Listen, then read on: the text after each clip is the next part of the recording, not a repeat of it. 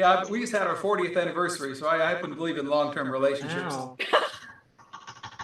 Oh, God. Natasha, you and Max have been together for how long? Almost, well, we've been together 32 years. We've been married almost 30 years. Fabulous. Okay, when it gets to the 10, I want you guys to do a little countdown with us here. Come on, Tonya. Oh, John is dancing with me. Hey, the group is getting wild here. I like it. Anybody do the Trump dance for us? 30 seconds. We're going to have liftoff. We look at John Perfect. Oh, baby. Hey, those anti-glycated. Oh, look at Josh. been Oh, taking very good cool. work. Oh, there's Keith.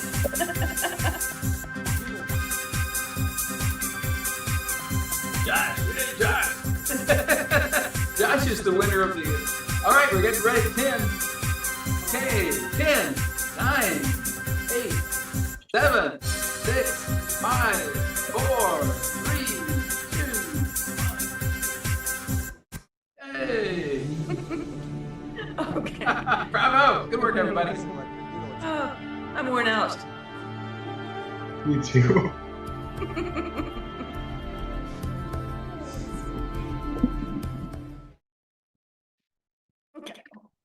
All right, and welcome to the Church of Perpetual Life. We're live streaming, live in person, and live Zooming. And we're ready to go. My name is Neal VanDeRee, and I am your officiator. Terry, come on up. I'm your officiator tonight, so who's here for the very first time? For the very, very first time, put your hand in the air. All right. Very good. Lovely to see you all. I'm so glad you're here. And we have a special gift for you, but that's okay, Shri and Janice. You've got it? Okay, come on in there with that. Sure. Now, those of you here for the very first time, would you mind standing just for a moment, because we have a gift for you. We have a special gift for you. And first, there we go. And we have a book, a very special and quite valuable book from Alcor, Saving Minds. Well, let me see that blue book. Well, we'll get that to you there. And we have some... There we go. Go ahead, Doug.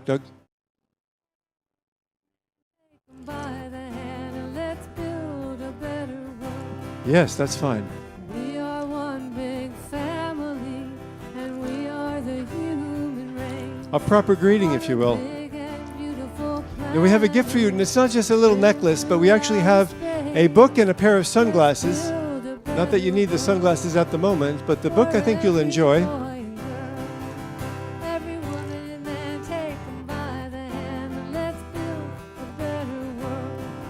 That, of course, is Elaine Silver, who was here in concert last month. How many people missed the concert last month because you didn't come for the Halloween party? Missed. Oh, my goodness. So this is a replay of Elaine Silver. All right. Janice, books. And sunglasses, if you have them. Yay.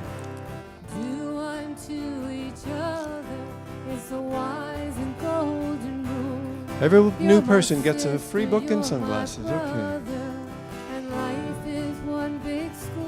For those of you who don't have a book, let me have one of those. That's it. Preserving Minds, Saving Lives. The best cryonics writing from the Alcor Life Extension Foundation. If you didn't get one and you would like one, we have them at our tables there. I think they're $8 or $10 or something. So that's on the honor system over there if you want to get one. They are Preserving Minds and Saving Lives. We are building a better world. We are building a better world. We are building a better world. So this party is pre-Thanksgiving, our Thanksgiving, our 11th anniversary. 11 years. 11 years building an immortalist, cryonicist, living forever, living healthy community. So you saw online, we've got many people Zooming from as far away as California. Actually, there are people who are also live streaming in the YouTube who could be as far away as Russia, England, Australia, all over the place. I don't know where they are exactly because they haven't checked in with me yet. But if you are ever away and you want to be here, all you need to do is get on your computer and say, hello there. And there's a whole community that kind of popped up during COVID. When COVID came, we had a writer that was going to come to speak. And by the way, he contacted me. He wants to come back in the spring. And he will be coming back. He wrote a book, great book on age reversal, and he's coming here in the spring. And he'll be doing a book signing and all of that. So after COVID, we went into Zoom world. We went into find members all over the place. And so it's so great to be here and with you. Who drove as far away as Sarasota? Okay, Bruce. Anybody farther than, that's about 4-hour drive. I know somebody comes, how far did you come? Manhattan. Flew down from Manhattan. Yes, yes. Washington Heights, I believe. Yes. Teddy's from Washington Heights, Manhattan. And that's, I guess, you get the prize for being here from the furthest distance in person. But we've got Toronto. Where's Toronto? Oh, Toronto's got to be further, right? There you go. That's a whole other country. That's like a whole different country over there. Thanks for coming over here. Mira. Okay. So now what I'd like to do, we've had a kind of would you say we've had a little bit of a contentious election? I'm not going to get political. We had a transhumanist running for president come here, and I didn't get political then, and I won't get political now. But I will say there was a great divide. And I know looking among you, we have Democrats here, we have Republicans here, we have libertarians here. And it's time that we unite and become the United States of immortality, the United States of America and Toronto. Right? You know, the forefathers were thinking about annexing Toronto and Mexico, and it didn't happen. Maybe it would have been better, but maybe you don't think so. That's okay, that's okay. Summers, I used to go to Niagara on the Lake all the time. We'll talk. But here we're going to do a gratitude, grateful Thanksgiving. This is our Thanksgiving, and we give thanks. I give thanks for being here. I give thanks that I have a wonderful family here, my immortalist family. I give thanks for my boat that's now named Hurricane Luck. Hurricane Luck was a book I read when I was in the 5th grade about a little boy who went to the island, found a shell, Genoa volute, worth a lot of money to the little boy at that time. And I give thanks for the fact that I could come here during the hurricane and get away from some of that stress on the other coast. You got the sunrise, which I watched the other morning, and we got the sunset. I'm so much happier with the sunrise because I personally never want to see myself into the sunset. And for the cryonicists, that means the doer. And if I ever go in the doer, I expect and hope that you'll bring me out. Now, I've said to you a number of times that I will be having my 123rd birthday here. Has anyone heard that I'll be celebrating my 123rd birthday here? Okay. Leo, hi. I look great. Thank you very much. Thank you. Okay. Was that Bruce? Whoa. But you are all invited. And I sincerely mean that. I have faith in humanity and the Creator that we will have this opportunity in our lifetime right here, right now, right today. It's happening as we see it.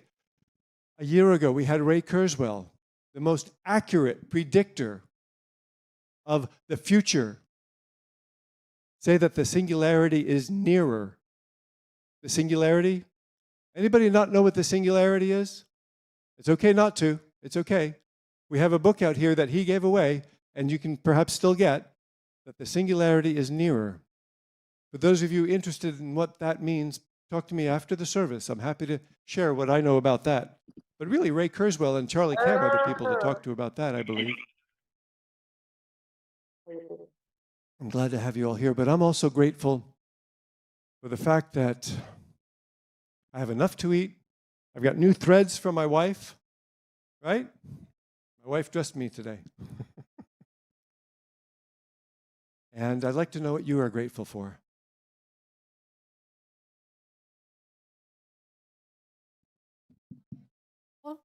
I am very thankful for my friends, my family, and this beautiful community that Bill created that we are all a part of that'll help us live happy and healthier lives into the future.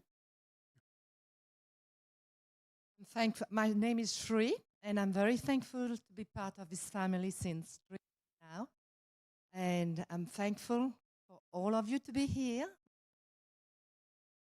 And I'm also thankful to be alive. Every day I wake up, I'm alive. Thank you. Janice, Shri. Ladies and gentlemen, the volunteer of the month is Dr. Howard, and Dr. Howard has something to say as well. Thankful and grateful to be alive today. Things that I have been given every day, including, of course, today, and to be able to share them and to be a blessing to others. To me, that's the most important thing. Julia. I think Julia's very thankful. Over this way, Janice. You on this side, over here. Okay. Andrew? Yeah. This is a great time to silence your cell phones. I am very thankful for the turnaround in my health in the last year from chlorine dioxide. Learned to have the MTHFR new genetic mutation, so the nanozelide is taking a bit slower. But I've always, 20 years ago, I had cancer, breast-bound lung cancer, healed it all naturally. And then a lot of bad things happened after 2 years after that. So I'm regaining my health from toxicity and look forward to another chapter in my life. Thank you for sharing. Does anyone else have something to be thankful for? Everybody should. Right there. Mira, Janice. Well, I'm thankful to have had this opportunity to be here in Florida, as it's getting chillier up north of the border. I'm really thankful for my friend Bruce for the opportunity to come and be here, and to have known Bill and to have seen him at RadFest and other events, and to know how much progress there's being made in this field of longevity, and that perpetual life is within our reach potentially faster than we might have thought before. So I'm just thankful for everyone like Bill who continues to do research to move things forward, for everyone who funds and supports that, and for all of you for continuing to be here and celebrating this Church of Perpetual Life, and to have this opportunity for us. So thankful. Thank you.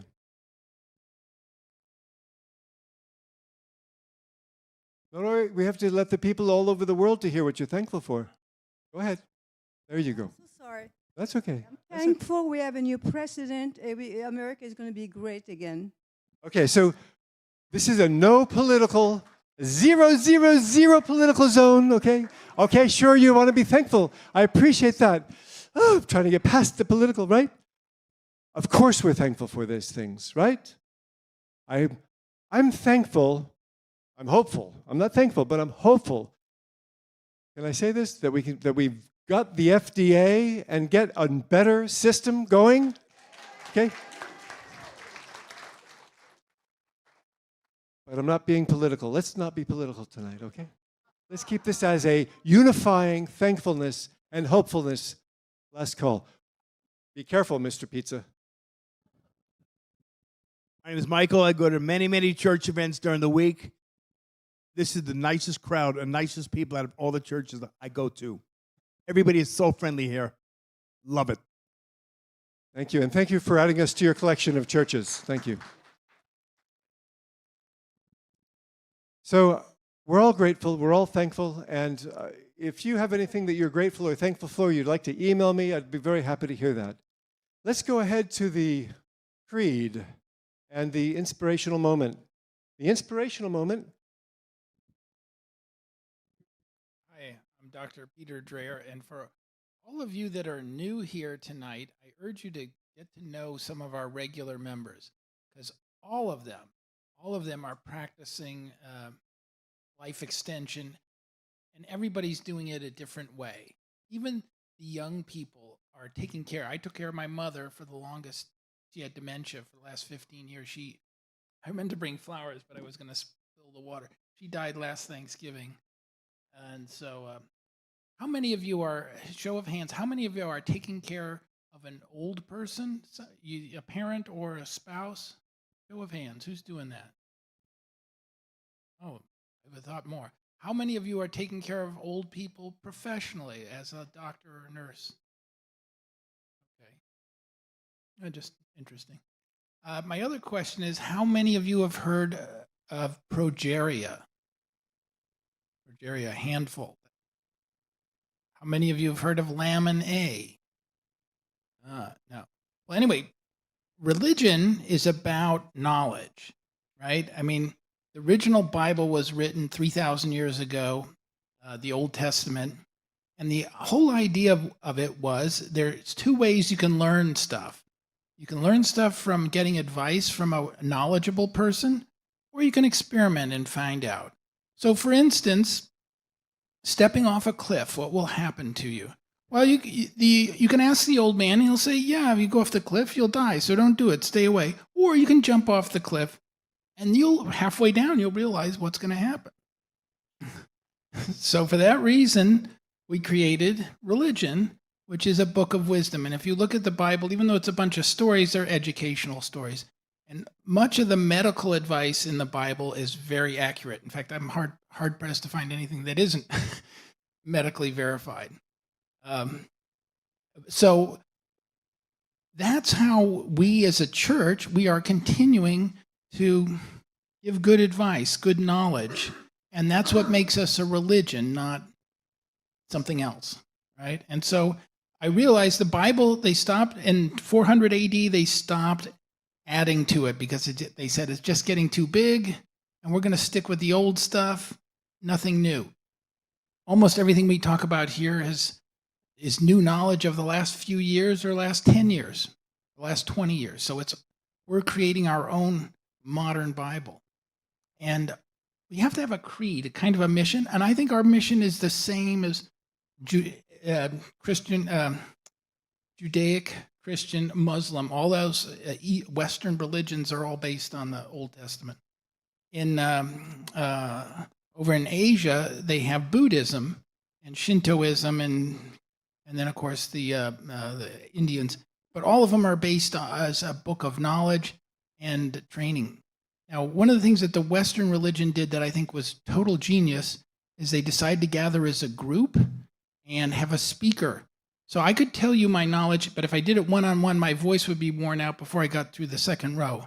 The fact that I'm talking and all of you are listening is important. Now, in Buddhism, there's no church. It's passed down from father and mother to children, and they have to read the book. And so it's not based on the gathering of people. And so there's amazing amount of knowledge in this room, and we can all share it at once and at this greeting. And that's why I love coming to these meetings, because everybody's got a brilliant idea. So anyway, this is our creed. This is our mission. And I would like you all to read it along with me. And I apologize for some of the sentences being so long. Perpetual Life Creed. We believe that all of life is sacred and that we have been given this one life to make unlimited. We believe in our Creator's divine plan for all of humanity to have infinite lifespans in perfect health and eternal joy, rendering death to be optional. By following our gospel, we achieve eternal life, creating a heaven here on earth. We follow Nikolai Fedorov, who taught that the transcendence of the Creator will only be solved when humanity, in our unified efforts, become an instrument of universal resuscitation, when the divine word becomes our divine action. And we also follow Arthur C. Clarke, who said, the only way to discover the limits of the possible is to go beyond them into the impossible. And so we enter each day energized in spirit and empowered by the words of our prophets to live in joy, serving our Creator and all of mankind forever and ever. And I want to just also read a little peaceful, thankful thought. I am thankful for my many blessings. I count my blessings every day, from the smallest gifts to the ones that make my heart sing. I value them all and appreciate the uniqueness of each one.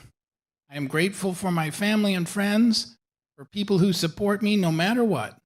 And I appreciate my environment, the beauty of the dawning sun, the breeze in my face, the birds that sing outside my window.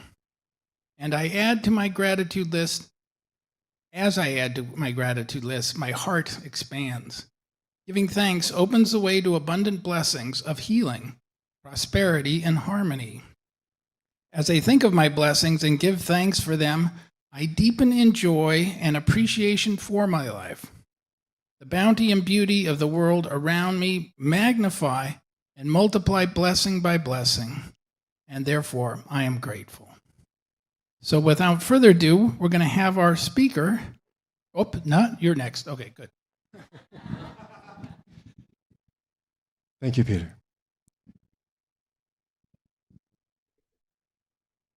I'd like to bring up another segment that's new, and that's with Terry, who's going to lead us in a guided meditation for a couple of minutes. Come on. Has anyone meditated before in a guided meditation? Lovely. Hi there, I'm Terry, and I'm so thrilled to be here to be able to share this with you. If you could all just close your eyes and get your hands in a comfortable position, either on your lap or wherever you want them. And what we're going to do first is we're going to do some breath work. So while your eyes are closed, I want you to take a deep breath in through your nose. Hold it for a second. And exhale through your mouth. Again, inhale. Hold. And exhale. One more time. Inhale. Hold. And exhale. Keeping your eyes closed, we're now just going to breathe gently in and out through your nose. And all I want you to focus on is the air going in and out through your nose. And what you're going to do is whenever a thought comes into your mind, visualize it just blowing away like the clouds in the sky. So just gently breathing in and out. I want you to relax your forehead. Relax your eyes. Relax your mouth. Relax your shoulders. Relax your arms and your hands. Gently breathing in and out. Relax your chest, your torso, your hips. Visualize the stress going down your legs and out through your toes. And you're completely relaxed, focusing on the air going in and out through your nose.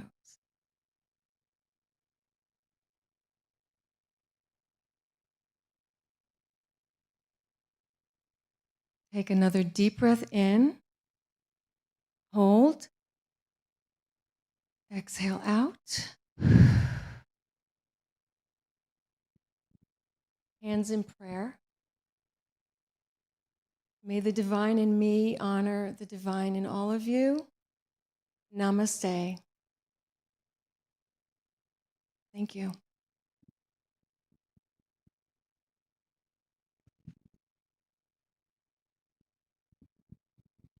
Our speaker tonight has his own Wikipedia page, which I aspire to have someday. Antonei Benjamin Csoka, Professor, Doctor. I've been calling you a lot of things today, but he said I can just call him Anthony, and I appreciate that. He's a biogerontologist at Howard University who works on the molecular biology of aging. regenerative medicine and epigenetics. Csoka, Dr. Csoka has earned a bachelor's degree at Newcastle University in genetics. He has a master's in molecular pathology from the University of Leicester and a PhD in cellular and molecular biology from the University of Debrecen. He was a member of the consortium that identified the lamin A gene as the cause of the accelerated aging disease Hutchinson-Gilford progeria syndrome, and participated in the first National Institute of Health Progeria Research Foundation workshop. He also showed that progeria is a true representation of aging with respect to cellular signaling pathways and truly recapitulates the normal aging process at the cellular level. He currently researches the molecular etiology of aging at the level of signaling pathways. He has authored and co-authored over 50 scientific papers. Many of you know that Dr. Csoka is a proponent of life extension, cryonics, and transhumanism, and has been identified as one of the top 20 socially connected professors on Twitter. He is a scientific advisor to the Alcor Life Extension Foundation, the UK Cryonics and Cryopreservation Research Network, and the Lifeboat Foundation. How many people have heard about the Lifeboat Foundation? Check it out, check it out. It's really worth it. It's so cool. And a fellow of the Global Healthspan Policy Institute, and was featured in the first Immortality Institute film, Exploring Life Extension from 2005, produced by Bruce Klein. Let's welcome our good friend, Professor Dr. Antonei Benjamin Csoka.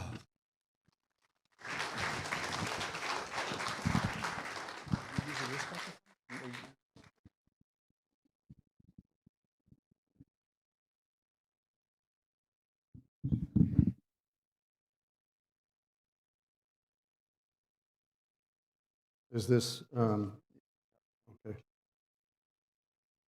Yeah, one moment, I'm just going to activate this.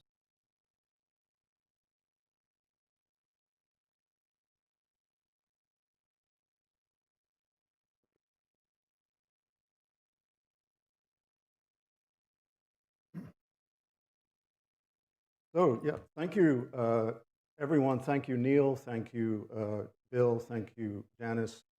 Really excited to be here. I'm going to be talking about different aspects of aging, beginning with the biology of progeria and then going into aging itself.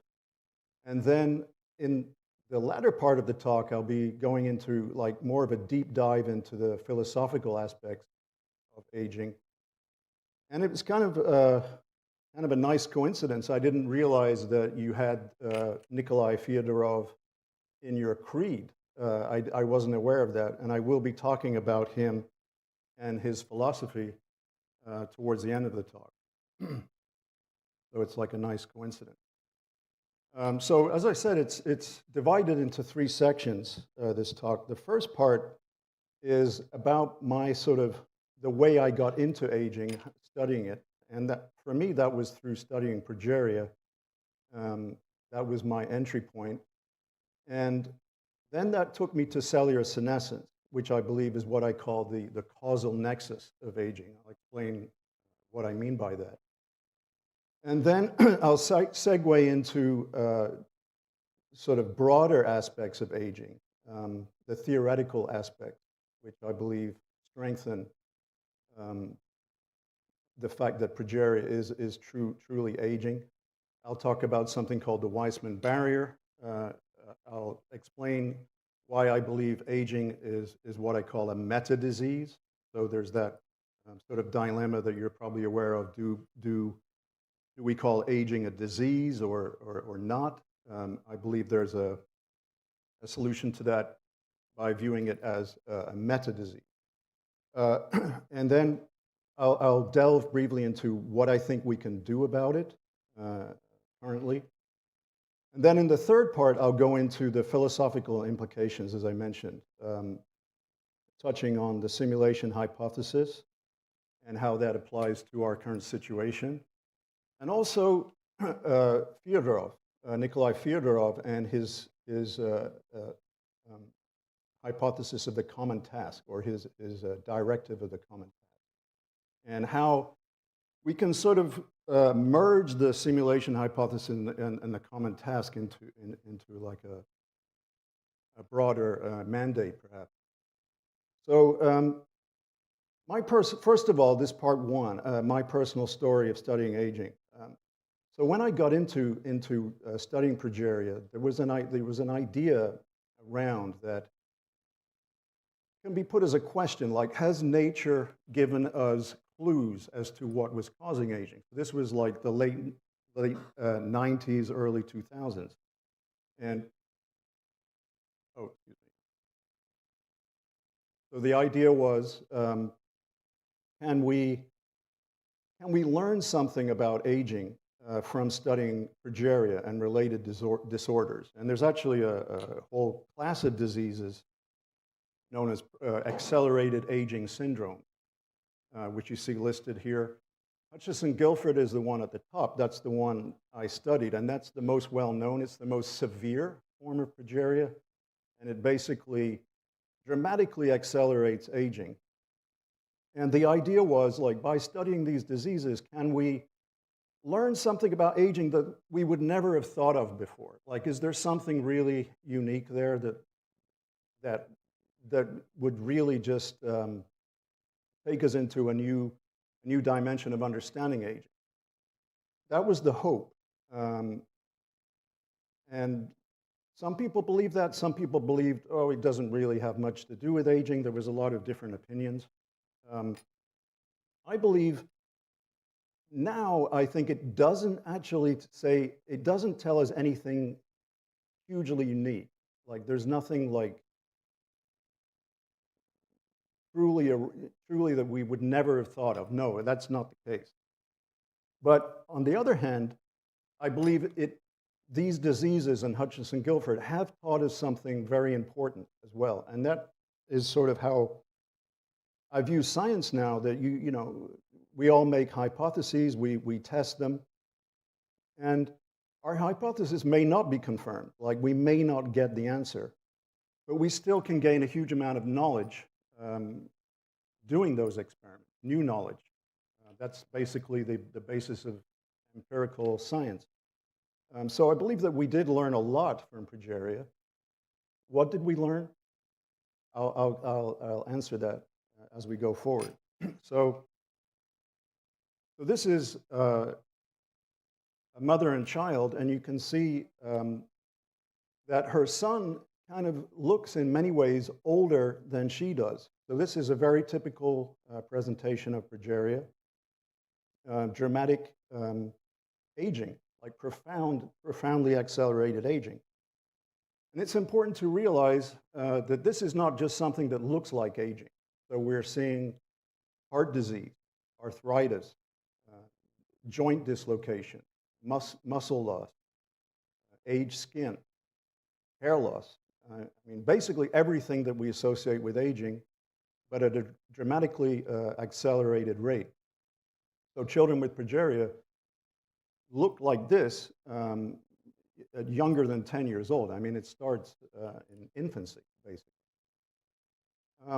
There's also some other things that don't appear to be related to aging, such as growth retardation. So they don't really grow. They don't really grow above several feet in height. And you also see strange things like recessed jaw. They can even reabsorb their tips of their fingers. They can lose their clavicles. You can see here there's a resorption of the clavicle bones, and so on. And that was a real mystery as well, in addition to the aging, like what is actually going on with the tissue. I believe they're absolutely part of the same phenomenon. So they're caused by the same thing, the same reason. And that I believe is cellular senescence. So if your cells cannot divide, you will not grow. If your cells cannot divide, you will start to lose tissue from your fingers, from your clavicle. If your cells cannot divide, you will have delayed tooth formation, and so on and so forth. So these sort of features, these pathological findings that were thought to be not connected to aging, are actually part of the same phenomenon, which is cellular senescence. So as we go through, I'll explain why I believe what we learned about aging from Progeria was not something that we would never have thought of, but rather it confirms that cellular senescence is hugely important for understanding aging. So I was involved in the identification of the gene, again in the early 2000s for Progeria. And it was a long project. Francis Collins was the director of this project at the NIH. And I won't go into all of the details, but you can see at the top there a normal sequence of the gene that's mutated, lamin A, and excuse me, in Progeria, there's a single base change, C to T, you can see on the second line. And it's like that's one nucleotide out of the 3 billion in the human genome that was changed. So it was a C to T mutation. You can see that on panel B, that the top of the larger box, you see the normal sequence of lamin A, which is the gene that was mutated. And in Progeria, the line underneath, you see that C is turned to a T.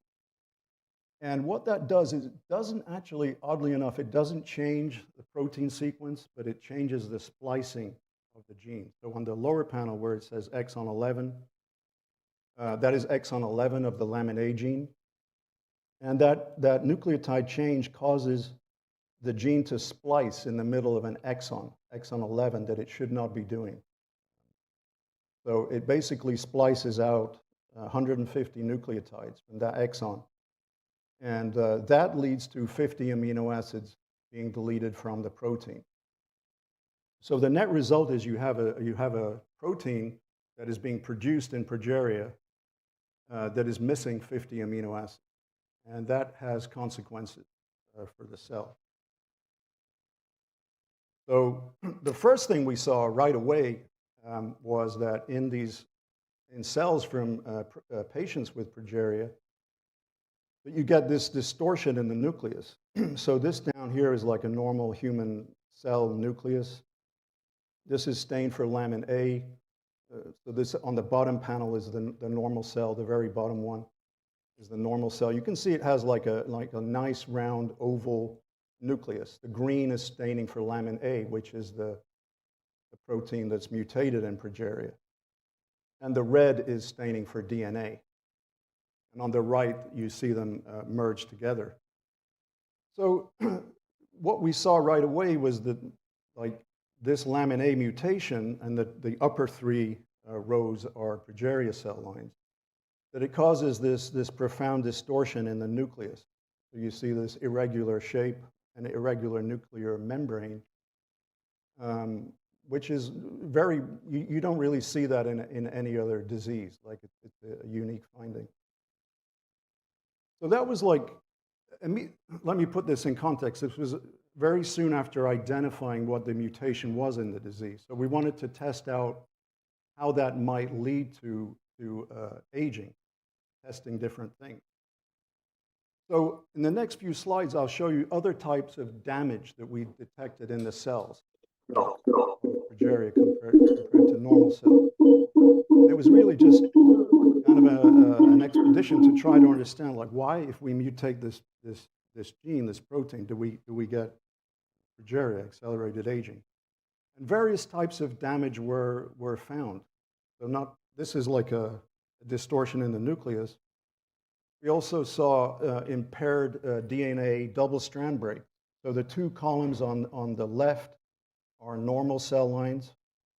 We irradiated them. And you see over a time course, so the upper panel, the upper row is unirradiated. The second row is at 30 minutes. The third row is at 12 hours, and the fourth row is at 24 hours. And you see that in the two normal cell lines, which are the two on the left, the DNA double strand breaks, which are indicated by the purple speckling, are basically almost disappeared at 24 hours. So the bottom two lower left normal cell lines. Whereas in progeria, you have this persistence of the DNA double strand break, and that's represented also on the graph on the right.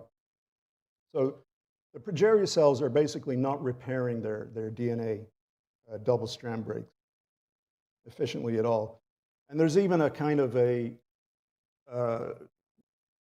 basis DNA damage going on even before irradiation, as you can see in the upper right. So even prior to irradiation, there seemed to be some like low-level continuous DNA breaks being generated. If you compare the two on the upper right to the two on the upper left, which are the normal cells, you can see this accumulation of DNA breaks. So again, more damage.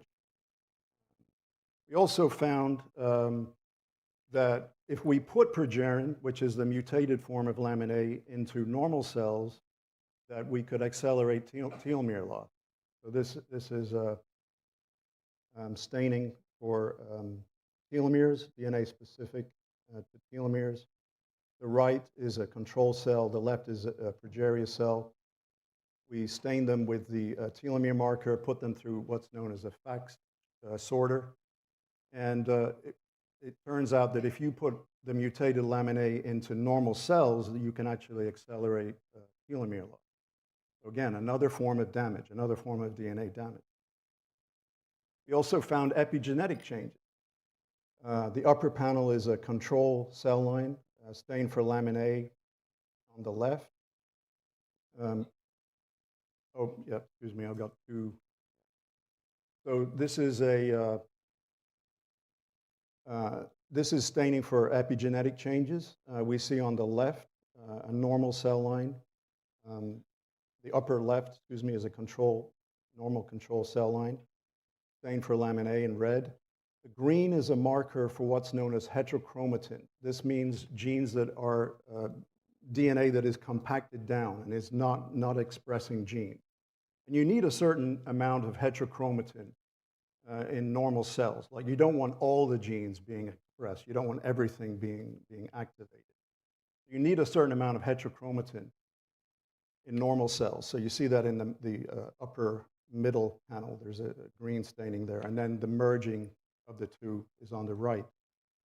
On the lower row, you see progeria. Again, you see the irregular nucleus that's always seen.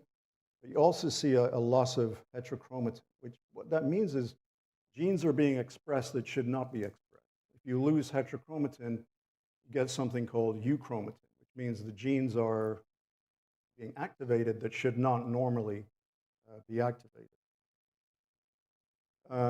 So the message, what I'm getting at here, I'm not going into great detail with all of these, is that we just found various types of damage, telomeres, DNA double strand break, epigenetic changes. Also, another thing we found, gene pathway activation. So this was with Alex Zhavoronkov in silico.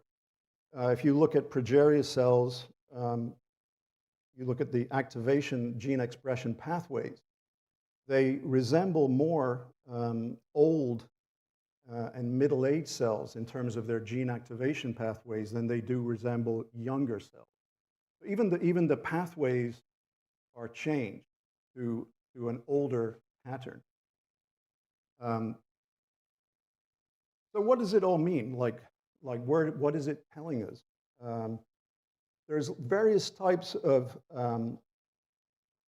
accumulations of damage in these progeria cells. So we have, this is a normal cell here.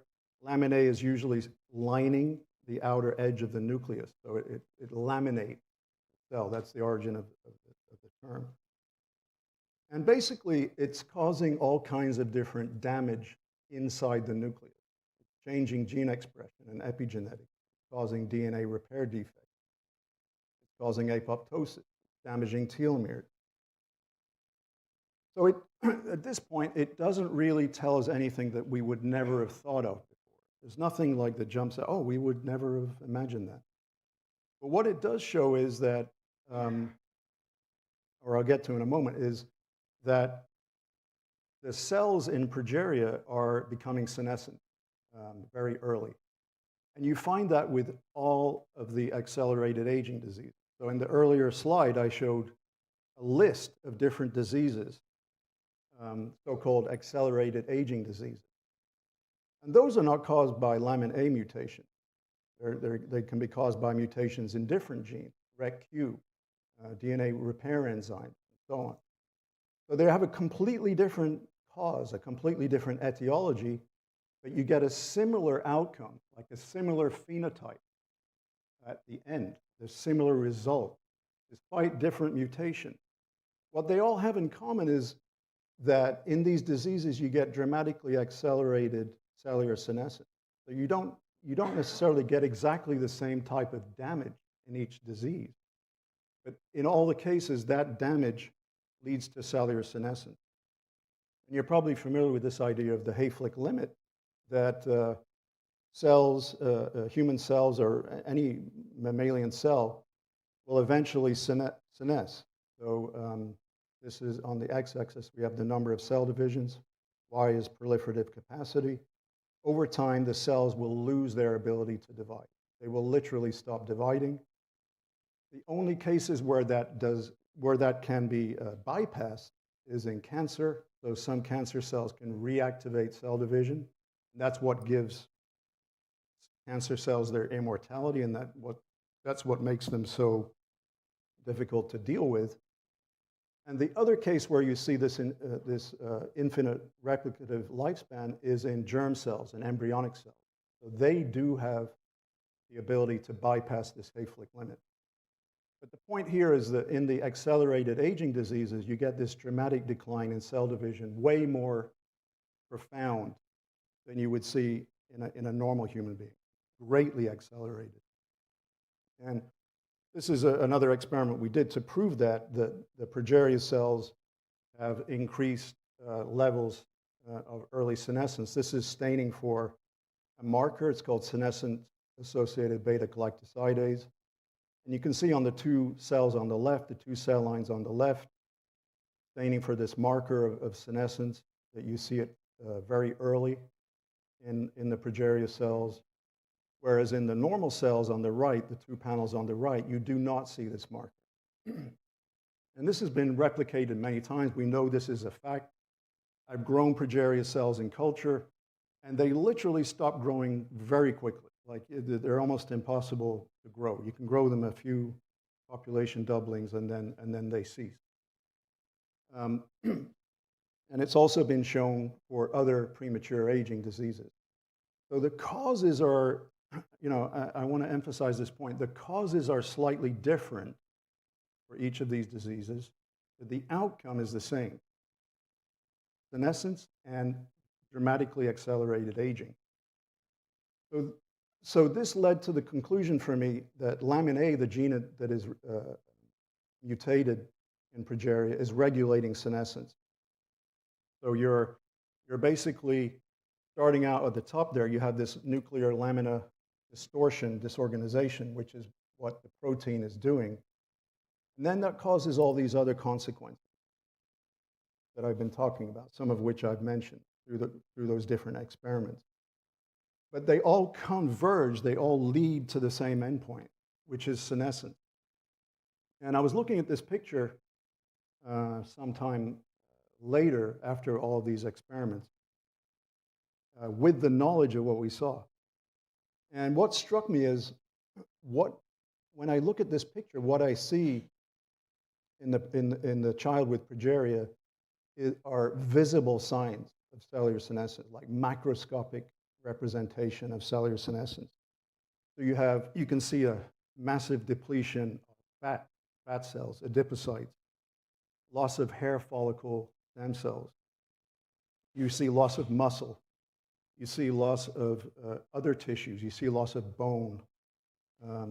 basically all the tissues are being depleted. They're being destroyed because the cells are not replicating. Compare him to his mother. She has subcutaneous fat, subcutaneous adipocytes. She has hair follicle stem cells. Even things like hair graying are really caused by senescence, like you lose proliferation of the melanocytes in the hair follicle. So basically, this to me is like a visible representation of cellular senescence macroscopically. And it's it was remarkable for me to see that after doing those experiments and taking in that knowledge.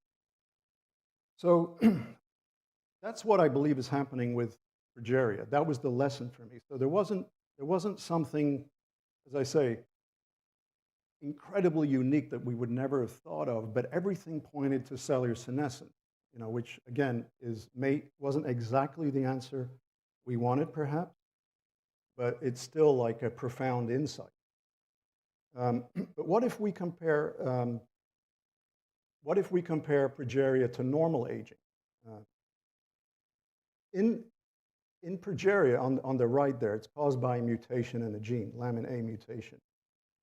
In a gene called lamin A, that's the main risk factor, and that leads to all the things I was talking about: telomere loss, DNA double-strand breaks, epigenetic changes, stem cell depletion, cellular senescence, which also manifests as a lack of growth, lack of height, lack of tissues being maintained, resorption of bone, etc.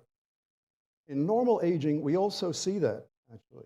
So you do actually see loss of tissue, but it may be harder to see in some cases, so there could be, for example, like increased storage of lipids in adipocytes or something that could mask that effect, but it's still nevertheless there. That you see the telomere loss also in the cells, you see the DNA double-strand breaks, epigenetic changes, and so on. So the outcome is still converging on cellular senescence. It's just that the cause in progeria is this accelerated damage coming from the mutation, whereas in normal aging, there's damage coming from a variety of different points. So it's this lamin A mutation that is accelerating all of the damage. So what it told me is that it led me to this conclusion that cellular senescence is the causal nexus of aging, is the term that I use. So what does that actually mean? A causal nexus means a bridge between cause and effect. So you can have multiple causes for something and one outcome, only one result, which is aging. But they need to go through a bridge, which in this case is senescence. So you can have telomere shortening, you can have mitochondrial dysfunction, aneuploidy, so all these kinds of different damage. But what they all do is cause cellular senescence, shown there. That leads to a loss of proliferation in the dividing cells, a loss of maintenance of tissue. If you can't maintain the tissues in your body, you're aging. So they're basically synonymous with each other. Okay, you may say, well, there's some cells that don't divide, neurons, skeletal muscle cells, they don't divide. Well, they can also undergo senescence.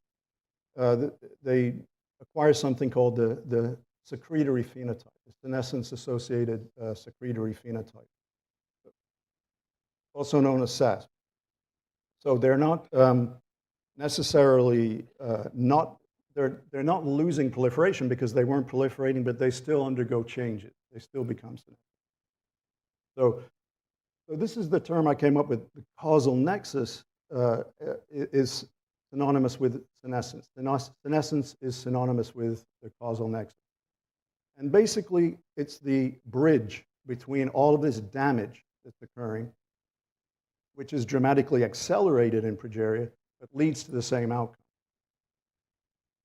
So where do we put the mutation in this sort of causal chain? So if we think of all of these factors here, like mitochondrial damage, telomere erosion, cytoplasm damage, epigenetic changes, that central column there, all that is damage. That leads to the causal nexus, the intermediate step, which is senescence, loss of proliferation. Then that leads to aging, as we see on the right there. So where does the mutation fit in? It fits in at the beginning of the causal chain. So it's basically accelerating all of those types of damage, mitochondrial damage, telomere erosion, cytoplasmic, etc. So you could, again, I coined this term supracausative. It's basically initiating the damage that is then leading to cellular senescence and then aging. So that was what I learned from progeria. I'm not saying that is the end of the story. There's still a lot to do there. But that's where, again, this is science. This is where my current understanding is of it. This is how I sort of hold that knowledge in my mind. I want to go now into like the broader support for that cellular senescence is the causal nexus of aging. Some theoretical support, and it basically goes all the way back to one of the pioneers of gerontology and evolutionary biology, August Weismann. And he was remarkably prescient. He came up with this idea, well over 100 years ago, that death takes place because a worn-out tissue these are his words, because a worn-out tissue cannot forever renew itself, and because a capacity for increase by means of cell division is not everlasting, but finite. And he came to this conclusion by studying single-celled organisms and comparing them to multicellular organisms and looking at how they divided resources between what are known as germ cells and somatic cells. So he was basically studying early life and looking at how those animals regulated cell division. He reached this remarkable conclusion from that. He was also an evolutionary biologist. So he basically put this in the context of evolution. And Michael West has also sort of further developed this idea as well over the years, that essentially life on Earth has existed for billions of years. Like we all go back. We're all descendants of the first organisms on Earth. And the way that is maintained is through cell division. So this upper line, the green, is what's known as the germ line. So there's a certain type of cell that never loses the capacity to divide. I mentioned they will just keep going. And in human beings, those will be the spermatogonia and the ovarian ova, the ovarian stem cells. And they maintain life, not just from one human generation to the next, but basically over the entire evolutionary history of the Earth. Like those cells have maintained life. They are immortal, but our somatic cells are mortal. So it's almost like, you can sort of think of a branch of a river coming off from the germline, which creates an individual. But those cells are destined, or used to be destined, to die. And it's sort of like you can imagine a tributary coming off and freezing. It doesn't have the properties to keep going. So you can see this in more detail on this figure. It's basically representing the embryonic cells at the top. So if you consider each column there one individual, so imagine this is one person. They started out as embryonic stem cells. And then early during development, some of those cells became germ cells. So this happens quite early in development. Germ cells, spermatogonia or ovarian stem cells will be produced early. And then they stay through the entire life of that individual. And then the majority of the cells, all the other cells, if you follow that column down, become somatic cells, somatic stem cells, and then just basically somatic cells. So those orange cells at the bottom are the majority of our cells. They are somatic. They have a limited lifespan. They will senesce. On that second column, you can see that red cell is senescent. And they're basically destined to senesce unless we change that. And, but the point is also here that those germ cells on the second row, the lighter green, can produce another generation, produce a new individual, which we see in the second column. So a whole new generation is produced from those germ cells at fertilization. And they will be embryonic cells. And then that individual will then make their own germ cells again, early in development. Their cells will become somatic and eventually senesce again. But then the cycle continues. They can at fertilization create a new individual, and so the life cycle continues. So there's no reason why cells can't be immortal, just that there are certain genes switched off in our somatic cells that render them mortal. And as I mentioned earlier, there is a way around that, which we see on the third column there, the cancer cell. That has reactivated some of the embryonic genes. So they will reactivate telomerase, for example, reactivate other things. But it's not in a good way. So it's a kind of a corrupted form of immortality because you also have other mutations in the cells. So they can't be controlled, they can't be regulated. It is a form of immortality of the cell, but it's bad. It's not a good form of immortality. So basically the foundations of aging research were actually based on the idea of cell proliferation and cellular senescence. They may have called them different things. You know, Weissman may not have used the term senescence per se, but he was basically there already. And then Leonard Hayflick, proved that that was a real phenomenon. And then I think we have further proof through the accelerated aging disease.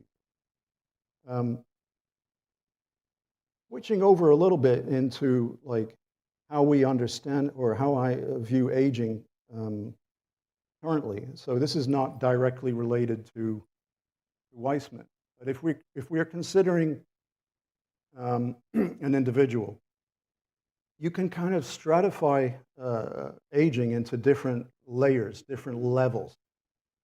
So at the deepest level down here, we have molecular damage, damage to the DNA, damage to mitochondria, epigenetic changes, and so on. This is what you could call molecular damage. And this is really the cause of the higher levels. So you have all this damage occurring deep down, and then that's causing these other things. Obviously, a big one is cellular senescence that I consider the causal nexus. Then that leads to things that we normally associate with aging: chronic inflammation, nutrient sensing, deregulation, endocrine dysfunction. And then that leads to, in turn, to seemingly independent age-related diseases. So we see heart disease, we see cancer, we see Crohn's disease, we see all these different diseases that appear to be independent of each other, but they're really all coming from this basal level of molecular damage. So it's like the cause is occurring down here, the deep level in the DNA, in the mitochondria, in the organelles of the cells, and then it propagates upward through these apparently independent diseases. So that brings us to the question: is aging a disease? So is aging a disease? I don't think we can call it a disease exactly, because it's really the cause of the disease. So So I think it's more helpful to classify it as a meta-disease, which is something transcending the individual diseases and the cause of these individual diseases. So what does meta mean? You know, you probably heard that term before. Meta means like more comprehensive, transcending, or foundational, causal. So metaphysics is thought to be beyond physics, foundational to physics. It can be used to designate a new or related discipline, like metaphysics, as I mentioned. And I thought of this term meta-disease. It came to me one day, and I looked it up, and apparently it has been used before by Abraham Maslow. He used the term meta-disease to depict how the origins of physical disease are based on unresolved emotional issues. So it's not the same, it wasn't the same thing that I was thinking of, but in some ways it's similar in that he was looking for something basal disease, like beyond disease that was causing disease. I thought of it in terms of aging. He was thinking of it in terms of emotional issues. But some of the principles are the same. So really, aging is the cause of age-related disease. It's not exactly a disease itself. Diseases, as we normally think of them, are various types of specific phenomena. Cancer, heart disease, arteriosclerosis, etc. So they're very specific. Aging is the cause of these things. And these causes, again, are occurring at the microscopic level. So if we take cancer, for example, a p53 mutation is like very commonly found in different types of cancers. But it's not itself cancer. Like a p53 mutation is not cancer. But a p53 mutation can cause cancer. So it's like one is a cause, the other is an effect. Aging is a cause, disease is the effect. So the mutation is the damage is the cause. The disease is the effect. So it doesn't quite make sense to call aging a disease, but it does kind of make sense to call it a meta disease. And you can sort of draw that out as a set in principle. Like this is a very simplified idea of this concept. You have this large set A, which is the meta disease, aging, which is caused by damage. And that is the cause of these different diseases. And then within that set, you have, say, set B, which would be cancer. And then within that set, different types of cancer. And then set C, you have, which is also a disease contained within the set of meta disease. You have heart disease. And you could even, if you wanted to, like include cosmetic changes like graying and skin changes and so on. So even those you could, in theory, contain within the meta disease set. It's actually Mikhail Blagoslawny, another aging researcher, said something similar along these lines. He said, a zoo contains many different types of animals, but it is not itself an animal. And I think we have to be careful, like how we define things. But I think it's a useful model, this set theory with meta disease as aging and then causing all of the other things. And it relates to something called linguistic relativity, also known as the Sapir-Whorf hypothesis. If we create new terms, it actually helps our thinking. It can sort of change if we create new words to define things, it can aid the way that we think of them. It can actually facilitate new ways of thinking about them. This is an old idea known as linguistic relativity or Sapir-Whorf hypothesis, that the more words we have for something, the greater our perception of it. And there's like various examples. the Himba tribe have many different words for green, and it's been found that they have a remarkable perception of green color. Eskimos, the well-known example of the different types of words they have for snow, and this is a fact. They can perceive different types of snow. Yeah. So it's I think as we go forward, not necessarily just in aging itself or even in biology, but it's always useful to try to make new words that help us think. And they're kind of sort of like putting a piton or like a wedge into a cliff face.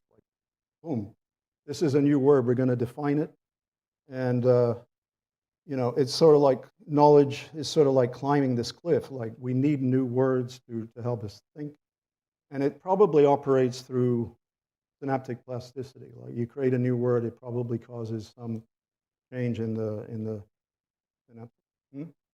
What's that? Huh? Oh, yeah. So what can we do about it? If it's up to me, I think it's wise to focus on cellular senescence. I think this is a smart thing to do. There's also, of course, epigenetic changes, which is a big thing now. I tend to think that cellular senescence is more important than epigenetic changes. And things like reprogramming are probably reversing cellular senescence. It's more important than reversing the disdifferentiated state of the cell. But I won't go into that deeply at this point, but I think I lean more towards cellular senescence as being primary rather than epigenetic changes.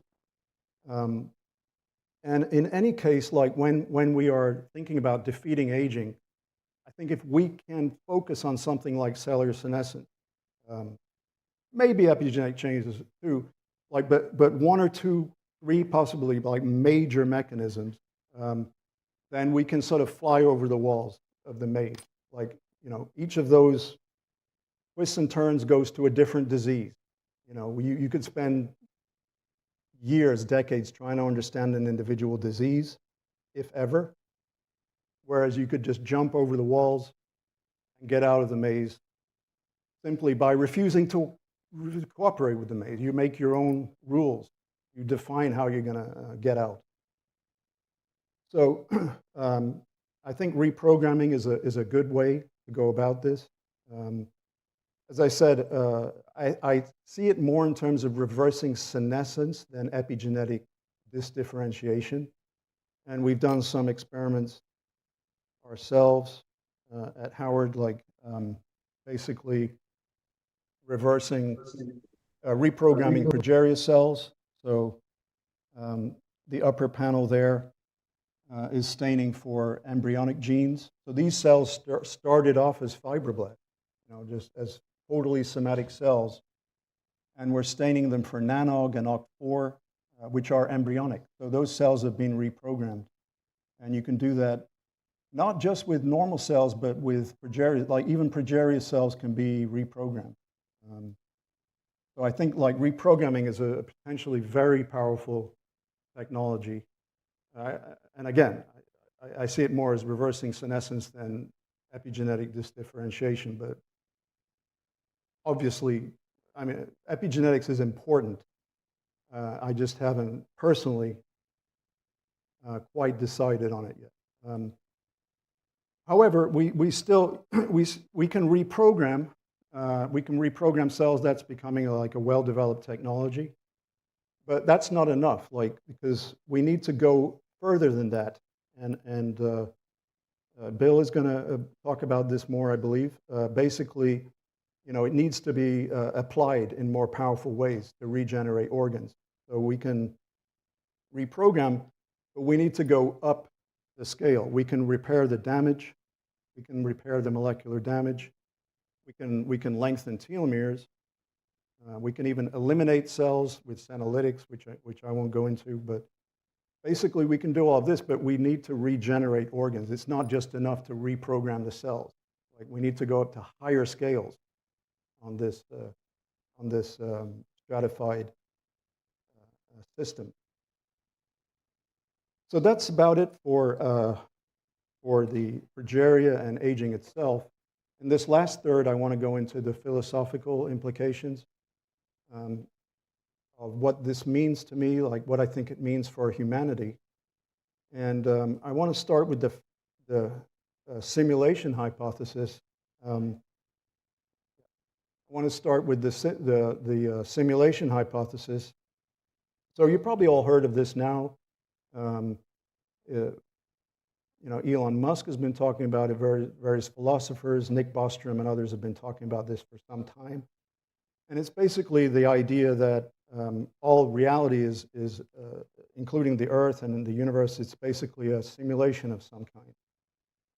So a technology that seems realistic to convince its inhabitants that it's real, used in movies like The Matrix and so on. I don't necessarily believe that we're in a computer simulation exactly. I don't quite see it that way. But I think there may well be deeper aspects of reality beyond what we perceive with our five senses. So there could be other aspects of reality that were imperceptible to us that are generating this material world.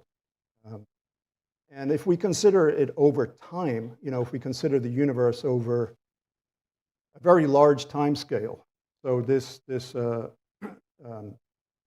time axis at the bottom there is going all the way back to the Big Bang and potentially even before that, there must have been something metaphysical before the Big Bang. The ancient Greeks called it the arche, and there's a lot of interesting philosophy there. But basically, what it shows us is that over time, the potential, the metaphysical potential at the beginning of the universe was essentially infinite. So anything could happen, but nothing was yet actualized. Nothing had actually become reality. But over time, there's been a greater and greater conversion of that potential into actuality, into greater and greater complexity. And we are now at this point, as human beings, perhaps somewhere in the middle of this whole journey, where some of the potential has been converted into actuality. And according to some religious thinkers, Teilhard de Chardin and others, you extrapolate this point way into the future, you arrive at the omega point, of God. And so you could look at this and say, well, as human beings, maybe we have a huge responsibility now to continue this, this journey of conversion of potential into actuality, which is also known as enteleki. Can we contribute enteleki to the universe? And basically, each individual can, in theory, contribute their own development to the universe. So this is on the left here, we see Maslow's hierarchy. We all have needs, survival needs at the bottom, safety needs. We need to belong. We have self-esteem needs. We have self-actualization needs. And everyone, probably a lot of people have heard of this, Maslow's hierarchy. But he did, recently there's been the realization that he actually had a sixth level, which he called self-transcendence. And he didn't really talk about it much, it was more in his private writings. But it's really, you can think of it as, if we can self-transcend, we can actually contribute more to the development of the universe, which is shown on the right. So those same things I showed on the previous diagram are now shown as the universe's own kind of Maslow's hierarchy. And we can kind of join ourselves to this self-actualization of the cosmos. But it takes kind of getting up to these higher levels, self-actualization and possibly self-transcendence before we can do that. If we're stuck here, like in the lower levels, in survival needs, in safety need, we're never going to be able to really contribute to realization of the omega point. So, humanity is kind of holding itself back in that way. Things like wars and conflicts and, all kinds of disagreements and injustices, etc., are really causing individuals to be stuck, and that also leads to a potential sort of freezing of the development of life itself. So I think when we do go about solving aging, we need to consider it within the context of other issues that humanity is facing. We can't just solve aging and just say, well, forget about everything else. Like, that could be potentially disastrous, I think. So, we're also at this nexus point of a lot of other things occurring at the same time. Search for extraterrestrial intelligence. There's more and more data, information coming out about UAPs, and who knows where that's going to go. Artificial general intelligence, that's coming very soon. This is coming. How is that going to affect humanity? Exploration of the solar system. Elon Musk wants to go to Mars. I think that's a good thing. Want to go back to the moon. We need these things, but economic systems. Maybe there can be improvements there. So it's like we need to, I think we can't solve these things in isolation. Like, we need to consider them collectively and work on them together holistically. And in terms of the simulation itself, why would there be, you can ask the question, the rhetorical question, like, what would be the purpose of the simulation? What would it be designed for? One potential answer is it's a test. It's a means to elevate consciousness. So within that diagram that I showed earlier of the projection of the life of the universe, if we're in a simulation, there must be a reason for it. And one potential explanation is that it's a way to make life more complex, more conscious, to evolve life, to evolve consciousness over time. And it could be, this is getting quite speculative now, obviously. This is kind of very deep. But it could be, if the simulation wanted to design a problem that would require humanity to evolve, solving aging could be a way to do that as a means to elevate consciousness within the simulation. It would be a great challenge within the simulation. Like the hero's journey collectively for humanity. You probably heard of Joseph Campbell's hero's journey, which is usually applied to individuals, but it could also be applied to humanity itself. Like, this is our hero's journey. We have a call to adventure. We could refuse the call. I mean, certainly none of us have, which is great. We may meet mentors. But then we cross the threshold. We go into an unknown world, which is the lower part of that figure, the unknown. There's tests, there's allies, there's enemies. We approach a challenge, an ordeal, and then we may receive a reward of some kind. Maybe it's understanding aging. Then we have to go back. There's like a final test, resurrection, and then returning with the elixir. And this is like humanity change. So it could be applied to not just the individual, but humanity itself. And we're getting towards the end of this talk now, but this brings us to Nikolai Fyodorov, who is in your creed that we said at the beginning. He basically realized this. I think. Like, he basically realized this a long time ago. He was a founder of the Russian cosmism movement, which was really a precursor to transhumanism. Yep. And What he believed in was radical life extension, physical immortality, resurrection of the dead, using scientific means. And he coined this term, the common task. That's what he called it. It's a creation of a universal brotherhood, and something that would unite humanity and make us worthy to go forward into the universe, to govern the universe. And he saw like mortality, death, as the most obvious indicator that we were still not ready. We're imperfect. And he also saw it as the underlying reason for most evil and nihilism in the world. And he saw this as like a profound challenge that we had to address. But he also saw it as the way that it could unite all people of Earth, regardless of race, nationality, sex, gender, citizenship, wealth. Like it's the uniting principle of overcoming death, the common task. This is our common task. And I realized also that his ideas recapitulate alchemy. So alchemy was an older tradition that came before Fyodorov, but there were some similar goals. They were trying to transmute base metals into gold, but that's really an allegory for transmutation of consciousness from lower to higher level of consciousness. But they were also very much dedicated to the creation of an elixir of immortality, creation of a universal panacea to cure all disease, purification of the human body and soul from the alchemical magnum opus. So it was really a very deep philosophical tradition.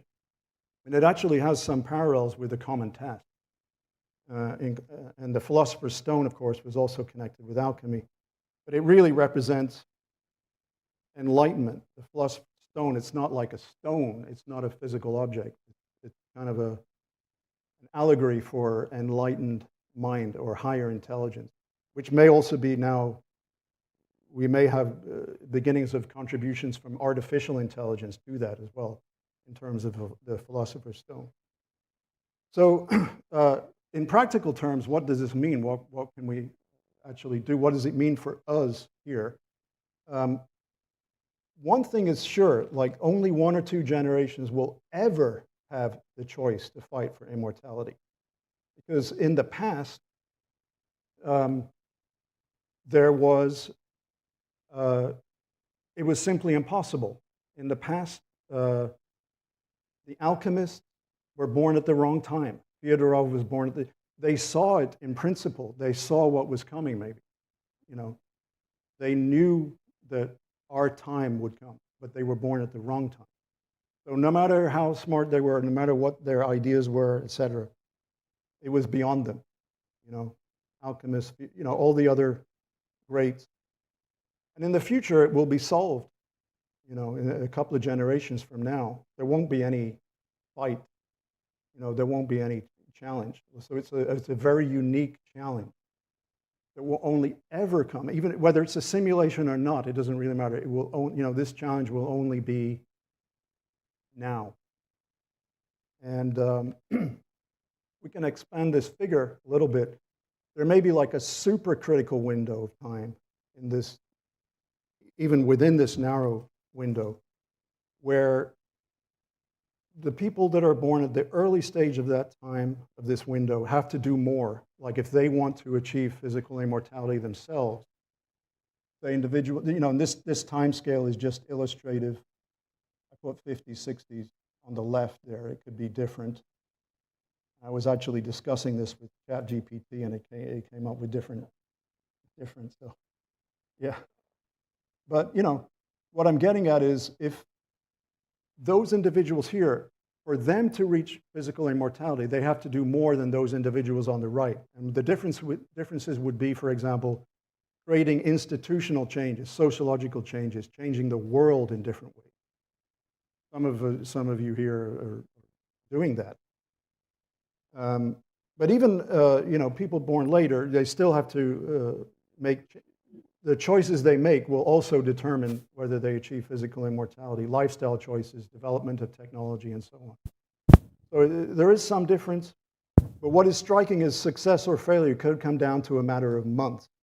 So this was another thing I worked with ChatGPT on, like you have individual A, born in 1970, they're healthy, avoiding risky behaviors, they survive to 2050, and everything is fine. You have the same individual, or similar individual born in 1970 and make similar choices, but they don't avoid a preventable health, like say they have some habit or something that causes something, some pathology to occur. They will not make it, and they, excuse me, these slides are out of sync. They will not, you know, even though they're born at the same time and, you know, many aspects of their lives are similar, some failure of individual B to prevent a health issue could cause them to lose that grasping of physical immortality by a matter of months. So in any case, what we need to realize is that no single individual can solve this problem. Like, we have to work together. It's something that can bring humanity together. It's the common task. You know, this is something that you can unite us all. You know, it is the great change, if you want to think of it that way. Again, whether it's a simulation or not, it can be the great change. And then the last slide I want to, it could also be, you know, and this is speculative, this is, you know, even more speculative than the previous slide. Say we don't do this now, like we don't find a way to do this, to erase our differences, to work together, to create harmony, using aging, defeating aging as the great cause of the common task. Say we don't do it, and it could cause like a disconnection between the acceleration of technology and human consciousness. It could cause them to separate too much.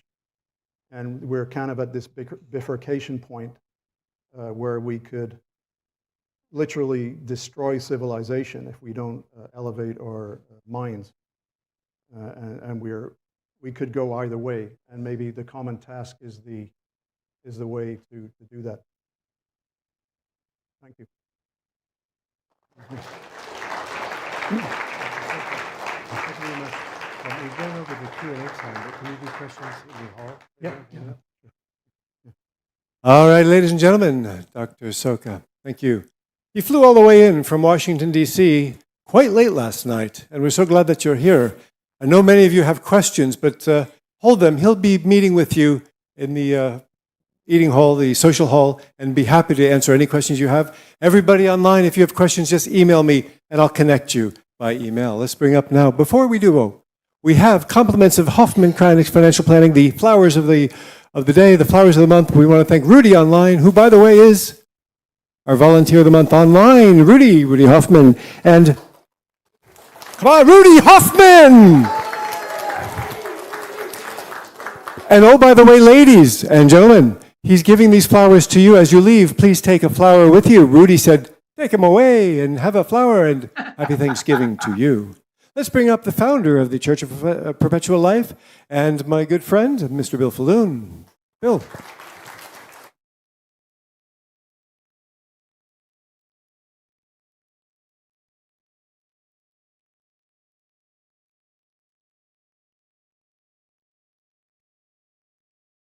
Okay, I love it. I love the amplification of my voice. Fantastic. Now, a lot of what you saw there, I'm going to present in a little bit of a different way, but this is going to also involve rejuvenation scientific updates, some of which I think you'll find very compelling.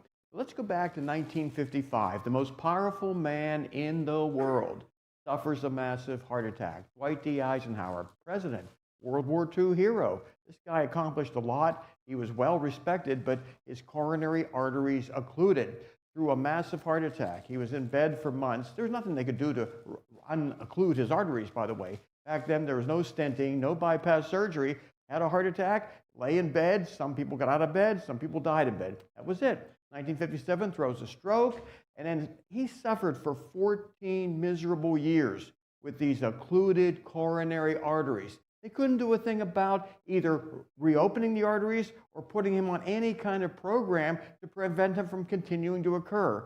So his suffering was well known for people who knew him. No one wanted to die the way Dwight D. Eisenhower did over a 14-year miserable period. 1955, 1 year after I was born. And he was unfortunately born too late to benefit from all the technologies that have evolved in reversing coronary atherosclerosis. The very same year, Lyndon Johnson, he was the Senate Majority Leader, the second most powerful man in the world in many respects. He also suffered a massive heart attack, suffered chronic angina pain. They couldn't reopen his blocked arteries back in those days, and he resigned from the re-election at the young age of 59. And I'm thinking, I'm 70 years old right now. I'm probably working harder than ever. But it's not because of any genetic advantage over Lyndon Johnson. He had family history of heart disease. So do I. But I've had access to all kinds of technologies to at least delay the onset of coronary atherosclerosis. He didn't. And at age 64, he died. And he knew that was going to happen. One of the reasons he quit at age 59 is he knew the Johnson men didn't live past age 60 for the most part. They pretty much all had heart attacks. Of course, they smoked cigarettes. They ate the worst kind of foods. They had nothing to really prevent the occlusion of their coronary arteries, and they suffered quite a bit. And what has happened over the decades is improvements. Nowadays, they use stents, but just identifying the best ways of doing coronary bypass surgery, well, it took a lot of time. It took time, but the longer you lived, the better your odds were of preventing a heart attack and stroke and other problems, and also treating it. You could be rushed to a hospital, and they would reopen blocked coronary arteries. Lyndon Johnson, well, he missed it by just about a decade, a little bit over a decade. Had he just been born a little sooner, he would have then benefited from all this and not been in a position that so many others have. But you look at other former presidents. Obviously, it's a high-pressure jobs because they all had massive coronary artery occlusions. All of these individuals would likely be deceased now. Definitely Dick Cheney. He wrote a book on it about the marvels of modern medicine that were able to, every single time his heart was failing, figure out a way around it. Bypass surgery, stenting, and then finally a heart transplant to keep him alive. And he's still alive at advanced ages compared to Lyndon Johnson. Not that long ago, Lyndon Johnson dies at age 64 in 1973. These former presidents are still alive. And again, coronary atherosclerosis. No matter how much you're working to keep your arteries clean, hate to say it, it's a natural phenomenon. It has nothing to do with modern day practices, been around forever, including the ancient Egyptian mummies. They've all suffered atherosclerosis. It's just one of those problems that we have to work with technology to overcome. Now, the good news is, since 1980, the rate of heart attack deaths went down. Huge, a huge 56% decline. And it's now going back up because of, well, obesity and type 2 diabetes, metabolic syndrome. We're now eating ourselves into early types of coronary artery disease and neuropathies, dementias, all kinds of problems are occurring. And what we're able to do nowadays, if we want to, by attending a church like this or paying attention to alternative health publications or just going to your cardiologist, you have all kinds of ways to reduce your risk of having a sudden death heart attack or a heart attack that cripples you so you suffer chronic heart failure until you die. You can reduce your risk of stroke. But none of this was available for Lyndon Johnson. They didn't know how to prevent it. They didn't know how to reverse it. They didn't know how to treat it. That was his dilemma. He simply was born too soon. And this is what happened in 1968. I watched this as a kid, watching this on TV. I shall not seek, and I will not accept the nomination of my party for another term as your president. When you think about how hard these individuals work to achieve this status, and we all work hard to achieve whatever status we are, but to be taken at that young age. This individual, a little bit unique, 100 years old, Jimmy Carter, and he is only alive today because of technology. Yeah, he had some good longevity genes in him. None of his other siblings did, by the way, but he managed to work into his 80s and 90s. But you look at 2015, terminal cancer. He had a melanoma metastasized to his brain. And he made an announcement, I'm terminally ill, I'm going to die just the way it is. And the doctor said, let's try an experimental immune therapy. Doesn't work on everybody. Let's see if it works on you. Keytruda was the drug I believe they used. It's one of those checkpoint inhibitors. And it cured him of the cancer. He was shocked. So he continued living. And, well, what happens with older people is falls, fractures, usually death. He fell, had a fracture, brain bleed, still survived it. And he entered hospice back in 2022, saying, I don't have much longer to live. He's still alive. He's still alive. He's not in good shape. But hey, he made it to age 100. Think about Lyndon Johnson, age 64. But he would not have made it to age 100 without the advance of medical technology, something that a lot of people just don't appreciate. Let's look at where we are right now. We can deal with heart disease and certain malignancies. Well, we're also aging to death. Good news is in early 2024, young plasma enriched with specific exosomes that we think may have contained certain Yamanaka transcription factors. So they get the benefit of both transcription factors and young plasma. They reversed aging in the animal model, and that they were advancing that to dogs. Young plasma reversed epigenetic aging in old rats, increased their median lifespan about 7 years. This is a study we help fund through the various charitable work that we do. We have no commercial interest in this. And then another group, number 3, they used the OSK transcription factors to reverse epigenetic age in older animals. In doing so, they extended remaining lifespan, and they're now advancing that into beagles in a way that they're seeing it. This is what they're telling us. They're seeing age reversal occur in beagles. Good news about that is when they usually see a benefit in beagles, that translates often into humans. So this is being migrated now from mirroring mice, rats, into the primate model, into the green African monkey, so that we can see how well that reverses aging, that being OSK transcription factors. And for those who don't know, another refresher lesson, OSKM, these are the 4 transcription factors that have cell reprogramming benefits, meaning they can take an old cell and reprogram it back down into a younger cell from a functional standpoint, a structural standpoint, so these older cells will function in a way to, well, make us younger like it did the animals. OSKM is the acronym, and the one that we're focused on right now is just OSK. It may be that the 3 out of 4 of them will work better and have less of a potential side effect risk. That's c-MYC.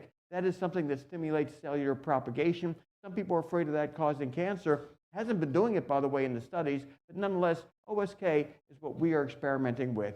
And the data on systemic use of Yamanaka factors, I've shown you this before, but I just want to remind people, this has been already proven to work in 2022 by the Salk Institute. They showed partial cell reprogramming in vivo in whole mice. It was used, and there weren't any toxicity factors using the OSKM. They got age reversal without toxicity. This made international headline news, and what it was able to show is cellular reprogramming. You heard something about that with the previous talk, the idea of cellular senescence killing us. Well, of course it does. But if we can reprogram our older cells, our aging cells, back into younger cells, well, we get to live a lot longer. We lower inflammation. We reduce the senescent associated secretory phenotype. Those are those senescent cells spewing out protein-degrading enzymes and inflammatory factors that cause us to prematurely age and die.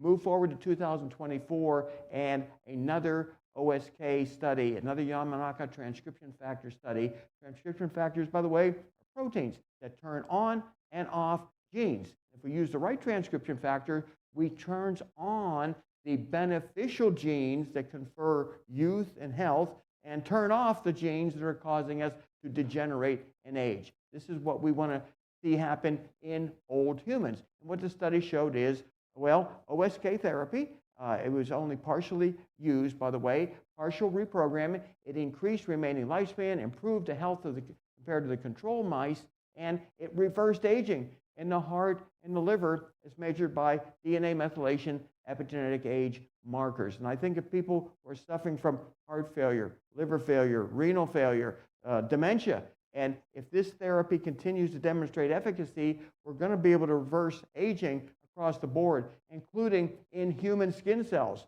Will not only well, reverse aging, we will look younger. And for a lot of people, it's very important for that to occur.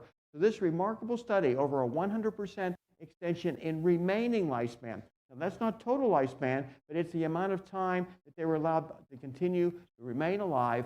And they used a 2-part viral vector to introduce the OSK into the cells systemically. We're now looking at non-viral ways of doing that, by the way. And these mice were the equivalent of 77 years old, and they were able to partially reprogram them, and in doing so, increase their lifespan, improve their frailty scores, and, well, get them to live longer. If you were a control group, that's unfortunate. You died in a little bit over 8 weeks. The ones getting the OSK, well, they lived about 18 weeks.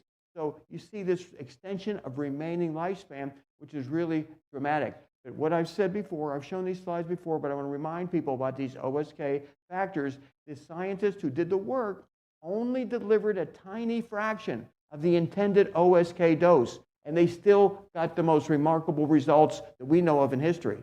And the good news is the history keeps moving forward, technology keeps moving forward.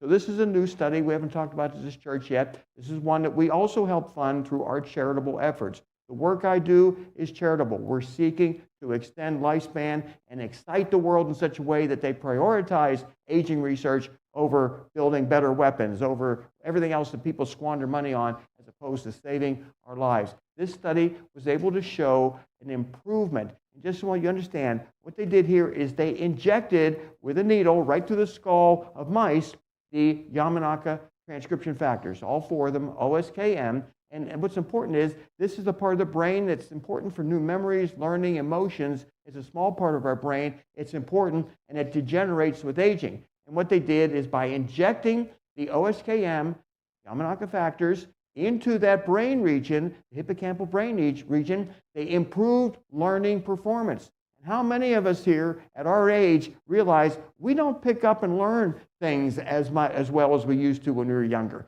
It might be a little bit challenging to go back to college and memorize a bunch of information and pass a test the way we did in our youth. So learning performance improved in old mice injected with these Yamanaka factors directly into the brain. I'm not suggesting anyone consider that, by the way, but the fact is there wasn't any toxicity the way they did it. They improved spatial memory. They rejuvenated the hippocampal epigenome, meaning they made it younger. And, well, they were able to see trends towards age reversal and hippocampal region of the brain in this study published just a couple months ago. And this is something that I'm really proud of, the way we're able to do this research in rather efficient ways to get rather rapid results. But what we're doing is continuing to verify the efficacy of Yamanaka transcription factors across the board. And to show you graphically how well this works, now that red line there is the control animals.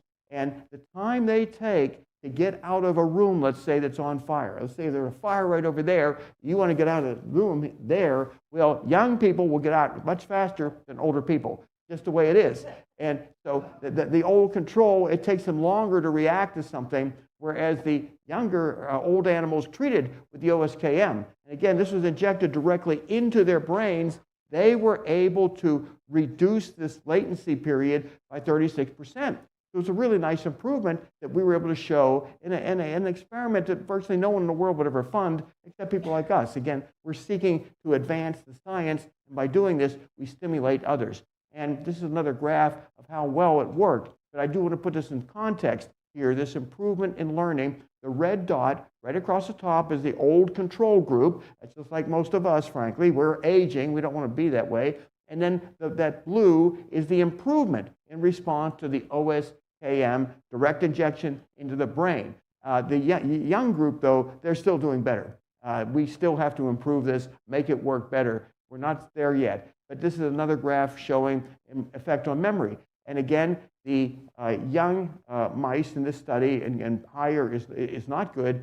Well, I guess it is good in this particular one. The young ones are doing well. The old control, by this measure, they're doing rather poorly. And then the old OSKM, they're doing better. They're actually doing twice as well as the old control group, but still not as well as the young group. Our mission, we want to get that red or that green of the OSKM animals back up to that of the young ones.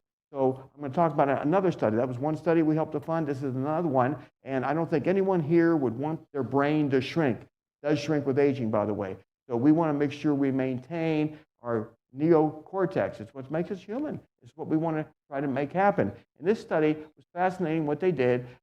This is just a graph for neocortex. We have more of it than any other species out there, which is why we're smarter. And this study used the cellular reprogramming, Yamanaka transcription factors, and they were able to improve the structure, grow more neocortex. They were able to show enhanced cognitive skills, long-term intermittent reprogramming. By the way, with Yamanaka factors, it's an on-off situation. You put them on, you turn them on, and at some point you want to turn them off. You don't want them going full speed all the time. It could make you too young, and that may not be healthy for you. So we are experimenting with different types of therapies and scheduling. But anyway, long-term administration, but partially reprogramming it in a way improved the Alzheimer's model. So this chart is the one that I think is most impressive. This is the same study, and they use these Yamanaka factors. We've all heard of beta amyloid. It's one of those structural defects seen in Alzheimer's patients. They do have problems with the accumulation of beta amyloid plaque, and it clogs up their neurons. They just don't function very well. And the orange bars there, you see the control group on the left, and they've got a lot of beta amyloid accumulating. Their neuronal function is deteriorating, and then the beta amyloid in the treated group with the Yamanaka factors, it's a fraction. This is a meaningful graphic, which you can clearly see the benefits of Yamanaka factors. It improved cognitive performance, by the way, but they were able to show structural benefits in response to the Yamanaka factor expression induced in these older mice. Just absolutely dynamic information. And this is another part of the study. And this may shock you, but they took the, let's say, gestational mice. This is mice in the mother's belly. They injected the brains of those very small mice with Yamanaka factors to see what would happen. And guess what? Those mice injected with Yamanaka factors in their mother's belly, they were smarter, they had greater social skills, they had just better performance in many, many ways of measuring. It worked both in the early stage of human development or mouse development. It also worked in old animals to reverse all kinds of structural problems with aging. But just imagine if this translates into people. Now, women who become pregnant nowadays are given prenatal vitamins. It's just a way to make the kid healthier, avoid neural tube defects.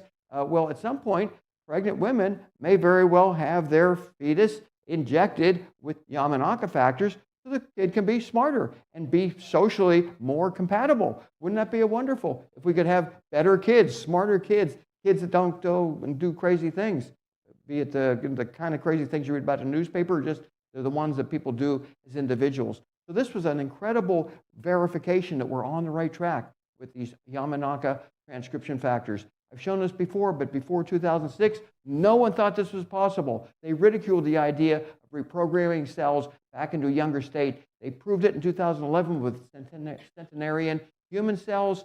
2022, they reversed aging systemically in old mice. This was Salk Institute and Harvard. They were showing age reversal to occur, and where we're going right now, monkeys and into humans as fast as we could possibly do that. But I have to remind everybody, before 2006, no one thought this was possible. And once it was demonstrated possible, it moved, unfortunately, too slow for most of us. We wanted it to happen really fast. From 2006 to 2024, we're moving it into whole animals.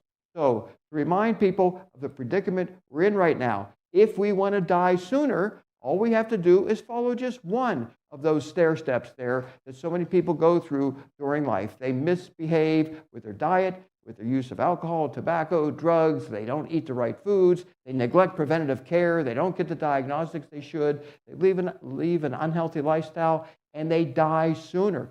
An absolute fact. No one would ever refute what you see right up there. And I like to show my house of optimal health as often as I can, because there are so many people who feel there are ways to delay aging, and they don't have to worry about the fundamentals. Well, you do. And I've been doing this now since 1977. I've had people tell me I don't need to follow every one of those steps on level 1 because I'm doing something else to improve my health. I can tell you this, it simply doesn't work. Everything you see there, your lipids, your blood pressure, your glucose levels, your sleep, your homocysteine, your coagulation, you can't let one of those be out of balance. All it takes is one, you throw a massive stroke or develop a malignancy, and then you die before we can reverse your aging process. And we don't want to be in this situation. I'm talking to Tom Johnston, the press secretary for Lyndon Johnson. It was reported that the 36th President of the United States died this afternoon. He died of a heart attack. He had been suffering from heart ailments for some time. He'd had two serious previous heart attacks, one as recently as a couple of months ago. He'd been back at his ranch, though, and seemed to be in reasonably good health in recent weeks. And I was a kid watching that, and I thought, well, this is really terrible. There's nothing they could do. And here I am standing here, and I could have been standing here actually in 1982 even, and say there was something that could have been done. It just wasn't developed yet.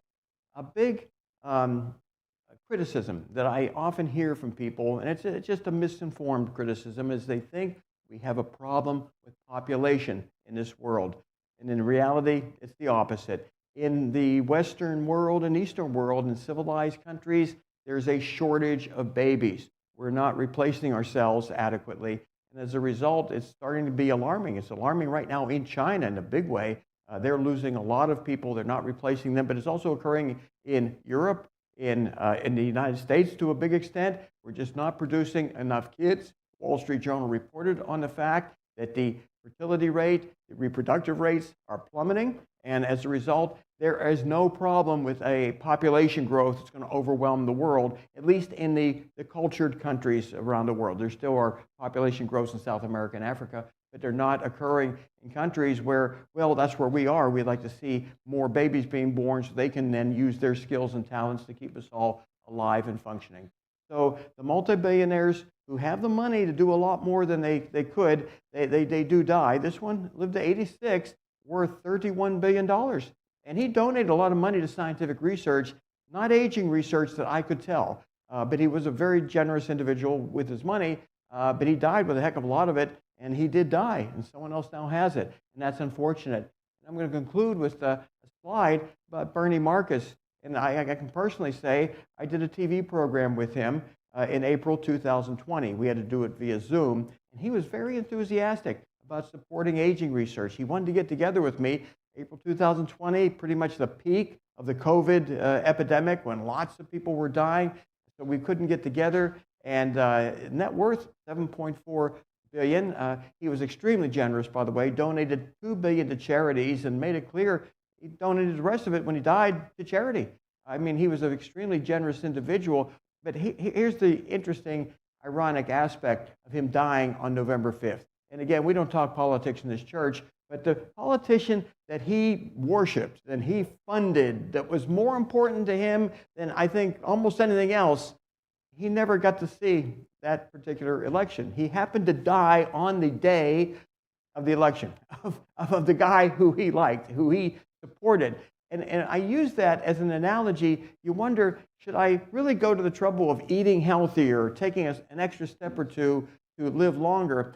Well, you know, in this case, had he maybe been able to take an extra step to live an extra day or week, he would have enjoyed it. He said, well, all that money I poured in there and all that enthusiastic support, I won, but he didn't. He died before he could even know it. It's unfortunate. He was a heck of a nice guy, by the way, and I think he would have actually been more involved with aging research had COVID not isolated him and isolated me, and it just resulted in us not being able to talk together.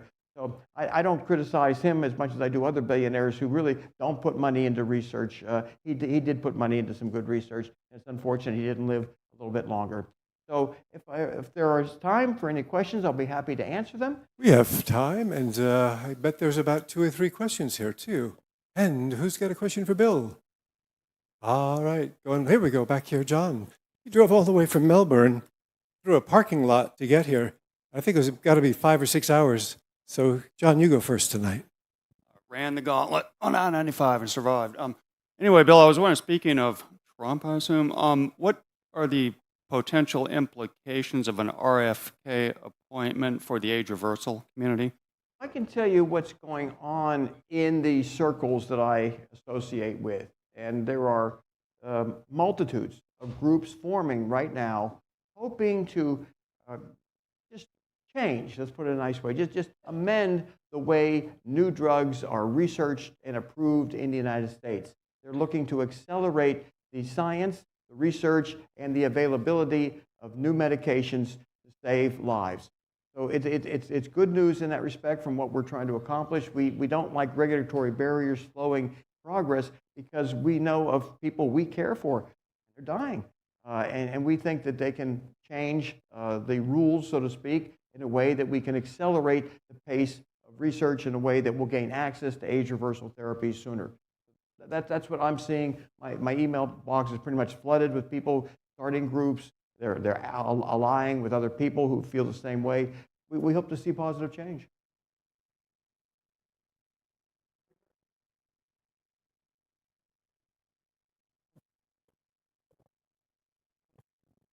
Two questions. The first one, how many hours do you sleep and do you ever nap?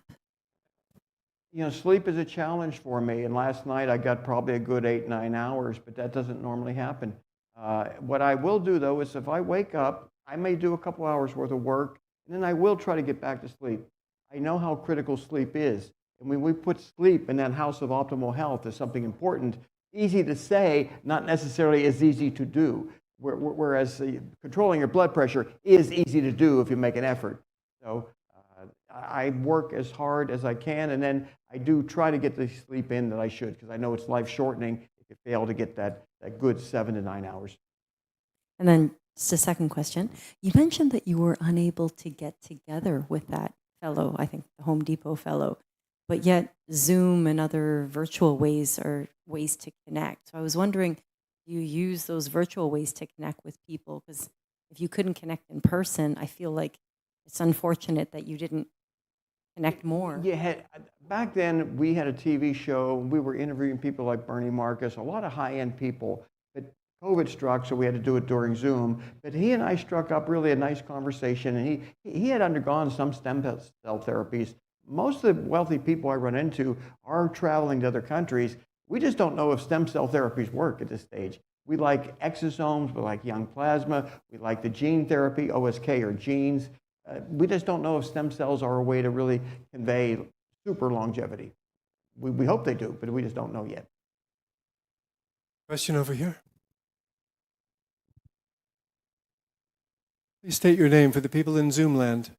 Hi, Dr. James Joseph. I practice in Hollywood. Actually, I've seen you at the Red Conference, so it's kind of cool to see you. The question was, and I actually missed it, it was at the bottom of the slide, and I thought that you said that earlier this year, that they combined plasma and the OSK transcription factors. No, this is a theory. What they did is they took young plasma and they spiked it with a huge number of exosomes. To put it in perspective, when you do an umbilical cord plasma infusion, which some people do, including me, you get a couple hundred exosomes, a couple 100 million exosomes. They used the equivalent of about 4.7 trillion exosomes spiked into the young plasma to reverse aging in the most meaningful way we've probably ever seen. And some people have theorized that they were able to get exosomes encoded with the OSK Yamanaka factors.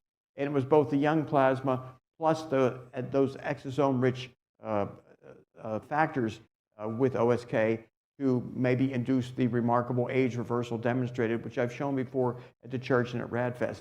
So we don't know yet, but they did say they're going to give us that to test in monkeys, and we want to do that. You said encoded or combined, or? Yeah, well, what do you have to do, just so everyone understands, you just imagine you have these genes, the OSK genes, well, you've got to deliver them inside of cells. And the classical way of doing that is you embed those genes into a virus, an innocuous virus, and then you infect the person with that virus. The virus infects the cells and releases the OSK into the DNA to reverse the aging process.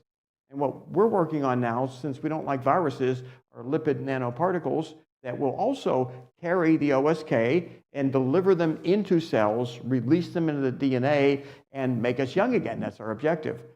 So that's a speculation, but just so people understand, when I learned that they were embedding OSK genes into viruses, viruses being really tiny, and they're able to put even tinier genes into them and deliver them into cells, it makes you think we're much further ahead, we being the scientific community, than what the people recognize, what the public recognizes is trivial compared to what's really going on in the research lab. And the big delays are transitioning all this good science into older people.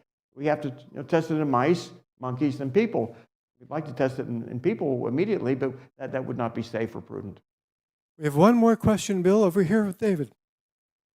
Hi, Bill. Dave Feldman from Pompano Beach. This just occurred to me after listening to Mr. Csoka, but I heard you in previous presentations talk about getting the FDA to define aging as a disease. And he was just saying recently in his presentation that he doesn't really consider aging a disease.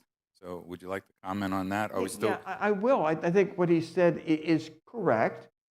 However, aging is that underlying cause of all these diseases, and some of the groups that are forming right now to amend how the FDA works, that is one of their goals, is to define aging as a disease so that the FDA can approve treatments for aging before that aging causes the diseases that the treatments are approved for.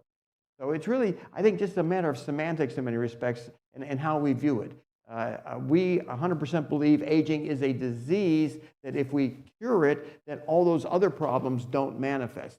But you could argue it the other way if you want to. Ladies and gentlemen, Bill Falloon. Thank you, Bill. Very good. Very good. Bill will be around to be able to meet with you to answer any questions that you may have through the evening. And I'd like to thank you again, Bill. Appreciate that, and I appreciate this job over here that I have as officiator. What is an officiator anyway? I like that. Boy, an officiator is sort of like a minister in a church that is not a Christian church. It's not a church of cryonics, but it's a church for all people that want to live an unlimited lifespan. I'm a cryonicist. There's many of us here, and next month is our Remembrance of the Resurrectable ceremony, which we have and have had for now 11 years next month. The resurrection of the remembrance of the resurrectables is something that Julia knows nothing about. And I'd love to tell you all about that, Julia. And so we have a great menu tonight. So this is our Thanksgiving. Obviously, we do have turkey. We also have salmon. Chef Alina and her crew are getting about ready to do that. So I hope that you'll join us now for our lovely Thanksgiving dinner and see us again in December.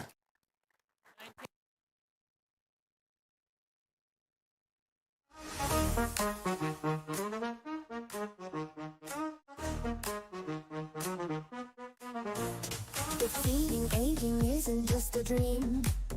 On November 21st, we'll build the team. At Perpetual Life, under autumn's glow, embracing the future where possibilities flow. Join us on this journey, let's make history with Dr. Antonei Csoka, unlocking mysteries. Age reversal, education, life extension's the key. Together we're saving lives and giving thanks, you see.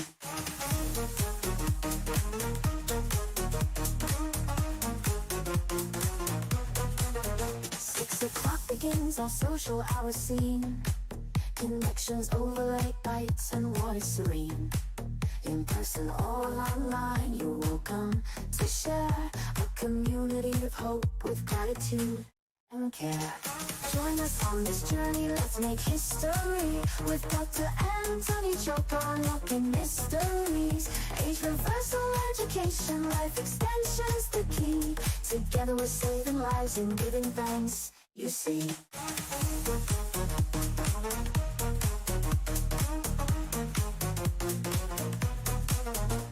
Transhumanist vision. religions, we welcome all creeds. United in purpose, we're planting the seeds. Exploring longevity, pushing the edge. At the forefront of silence, we make our pledge.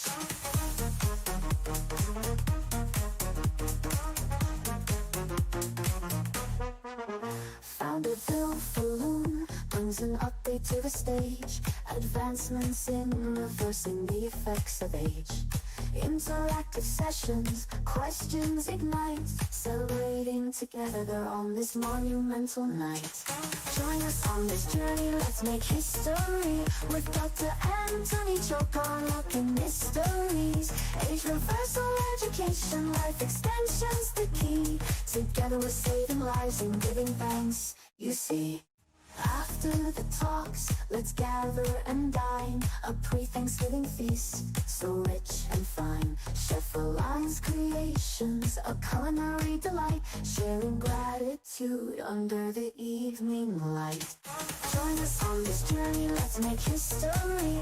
With Dr. Antonei Csoka, unlocking mysteries. Age reversal education, life extension's the key. Together we're saving lives and giving thanks, you see.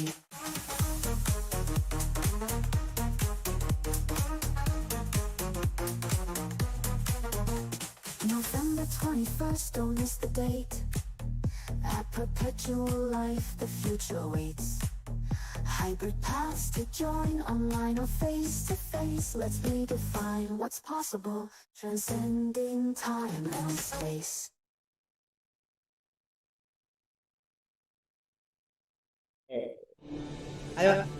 There we go. I think we're done. I'm so hungry right now. I'm looking at the food.